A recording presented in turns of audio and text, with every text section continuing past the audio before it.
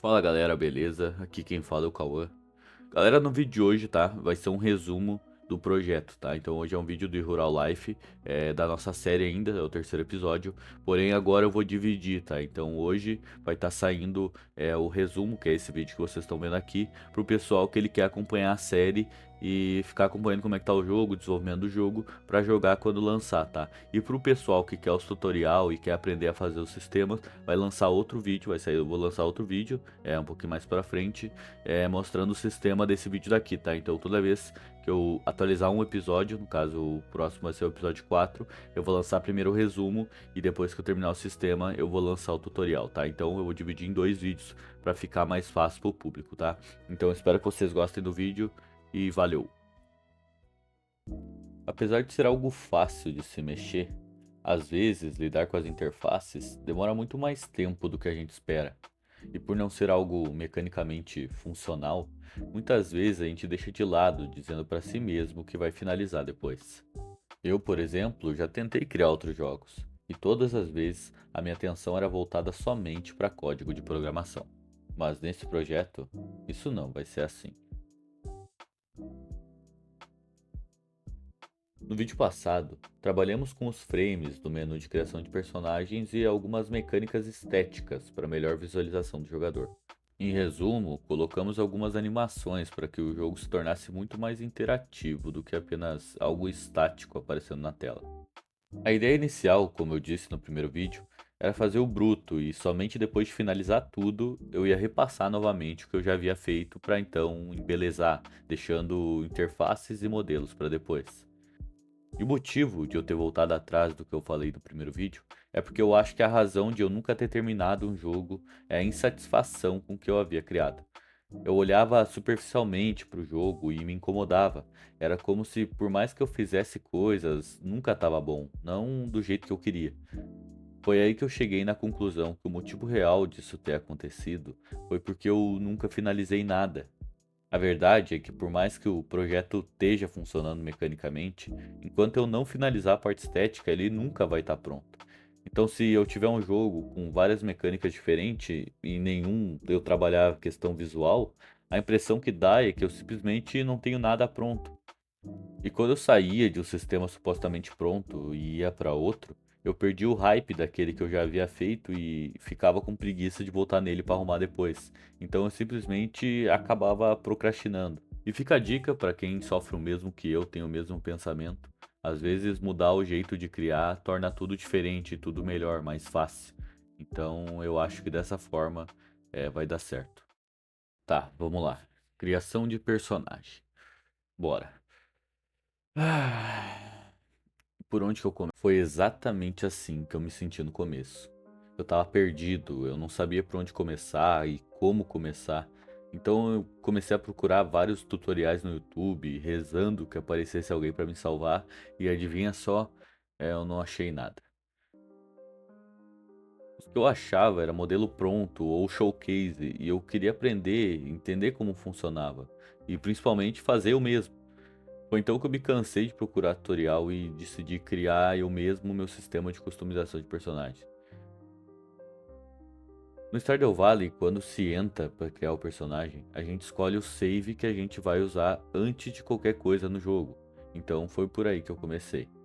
A primeira coisa que eu fiz foi criar os slots de interface, do mesmo estilo que eu já tinha usado no vídeo passado.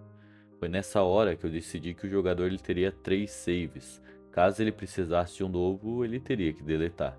A lógica foi bem simples. Sempre que o jogador escolhe um slot, o cliente detecta se é o slot 1, 2 ou 3.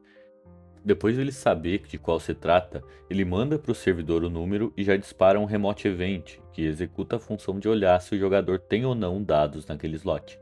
Caso tenha, ele devolve os dados para o cliente, e caso não tenha, ele dispara outro Remote Event, agora para o cliente também, que abre a criação de personagem.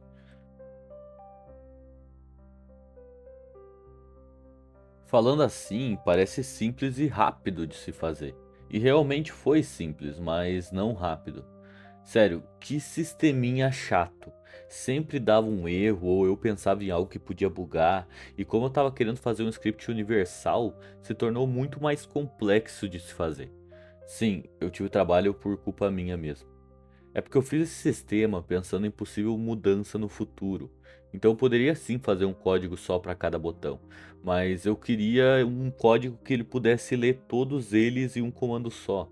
A minha ideia era que em vez de eu colocar um código em cada botão, um comando só pudesse responder por todos eles. Assim, se eu adicionasse um próximo botão no futuro, eu não precisaria atualizar nada, só colocar um botão novo lá.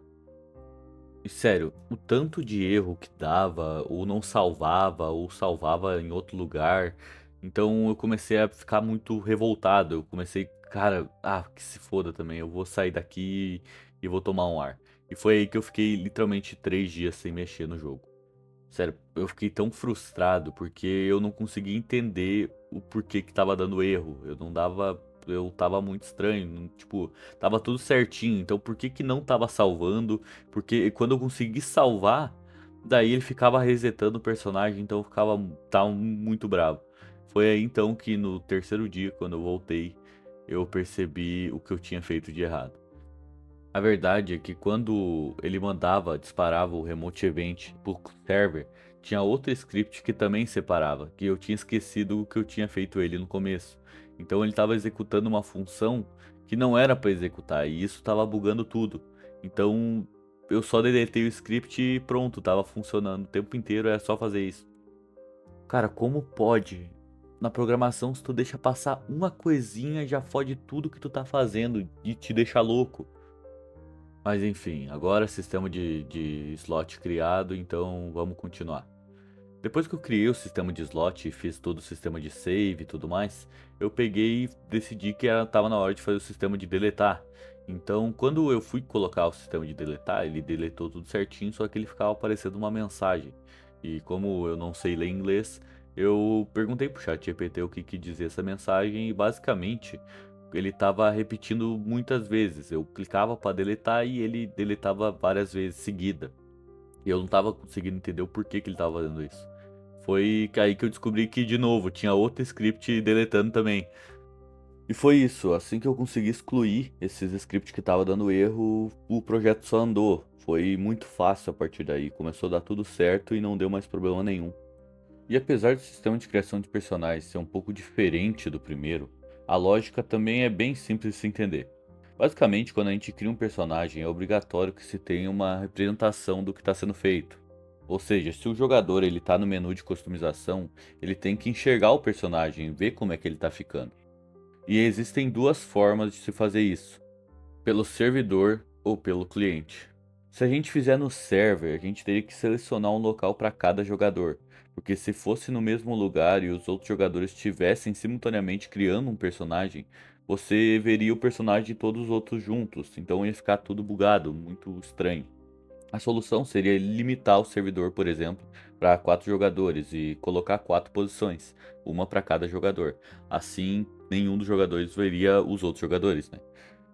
A outra maneira é pelo client. E para quem não sabe, tudo que acontece no client só é visto pelo jogador. Ou seja, se eu crio um dummy no Roblox por um local script, somente o jogador vê o dummy dele, porque isso está no client, não está no servidor.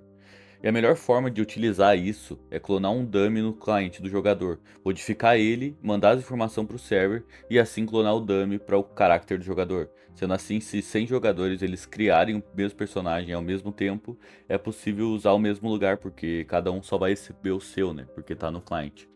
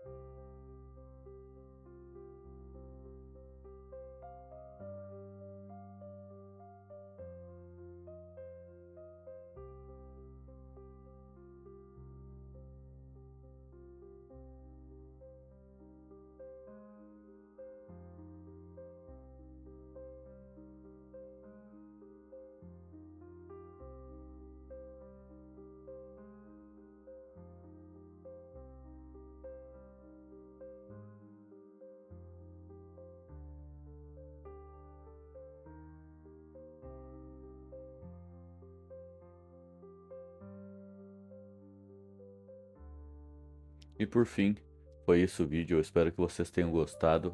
Deu bastante trabalho esse tipo de edição, já que eu não sei editar muito bem.